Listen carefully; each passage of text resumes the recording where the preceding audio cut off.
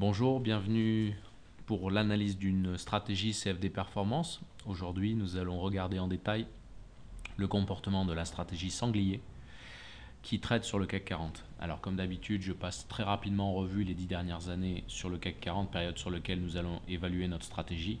Donc une hausse très significative de 2004 jusqu'à moitié 2007, la crise des subprimes qui a entraîné une baisse extrêmement violente jusqu'en avril 2009, un rebond technique tout aussi volatile, une période de transition à plat avant un nouvel accident à l'été 2011 et depuis un marché haussier qui a de moins en moins de volatilité et de moins en moins de périodes de consolidation. Voilà pour ce qu'il en est du CAC 40. Maintenant, on va regarder les performances de notre stratégie sanglier. Alors, c'est une performance relativement régulière sur la totalité des 10 années avec des périodes fastes. On observe un marché à plat depuis quelques mois. La stratégie sanglier est une stratégie particulière à un titre dans notre portefeuille, c'est que c'est une stratégie qui ne trade que pendant la période, ce qu'on appelle l'intraday, donc de 9h à 17h30 et pas en période Globex, puisque vous savez, si vous faites un peu de trading, qu'il est possible de trader en dehors des horaires de clôture du marché normal, du marché des actions. Donc on peut trader sur le CAC de 8h à 22h. Là, cette stratégie-là, elle avait été développée pour trader uniquement de 9h à 17h30. L'idée, c'est de contribuer à la diversification des modèles et donc des types de gestion. Voilà un petit peu pour le détail particulier de sanglier. Maintenant, on va regarder les positions à la hausse. Donc, la moitié des gains sont réalisés. Bien évidemment, quand on a le très gros accident baissier entre 2007 et 2008, on perd de l'argent sur les positions haussières, mais ça reste raisonnable. Et inversement, si on regarde les positions à la baisse, quand le marché est haussier entre 2000 et 2007, on ne gagne pas d'argent. En revanche, quand la baisse se procure, on gagne beaucoup. Et puis depuis, bien entendu, qu'on est de nouveau dans une phase haussière, on ne parvient plus à gagner sur les positions à la baisse, mais ça, c'est logique.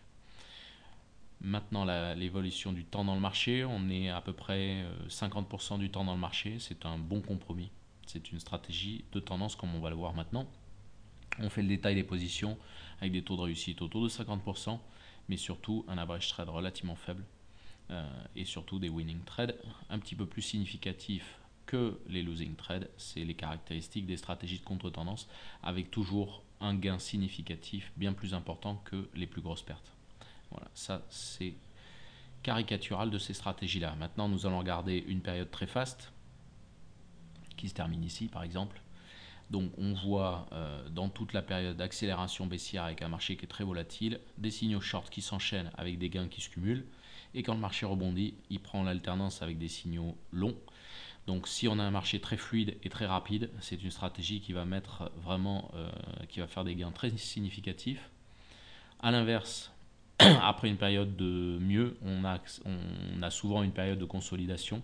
Et là, c'est les faux signaux qui vont prévaloir. Donc un marché qui tente d'accélérer et la vitesse n'est pas là. Donc le temps que le stop ou que la prise de perte se manifeste, on a pris des petites pertes. Et donc c'est dans ces cas-là que la stratégie va trébucher.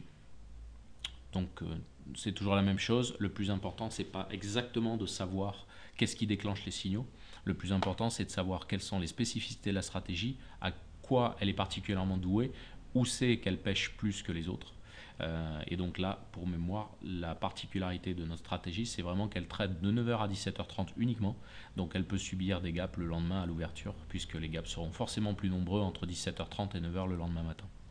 Voilà. Mais sa qualité, c'est que c'est une stratégie de tendance qui, quand les tendances sont bien présentes, est capable de profiter du marché. Pardonnez-moi. Voilà. Merci d'avoir suivi la présentation de cette stratégie sanglier avec moi et à bientôt pour une nouvelle stratégie CFD Performance.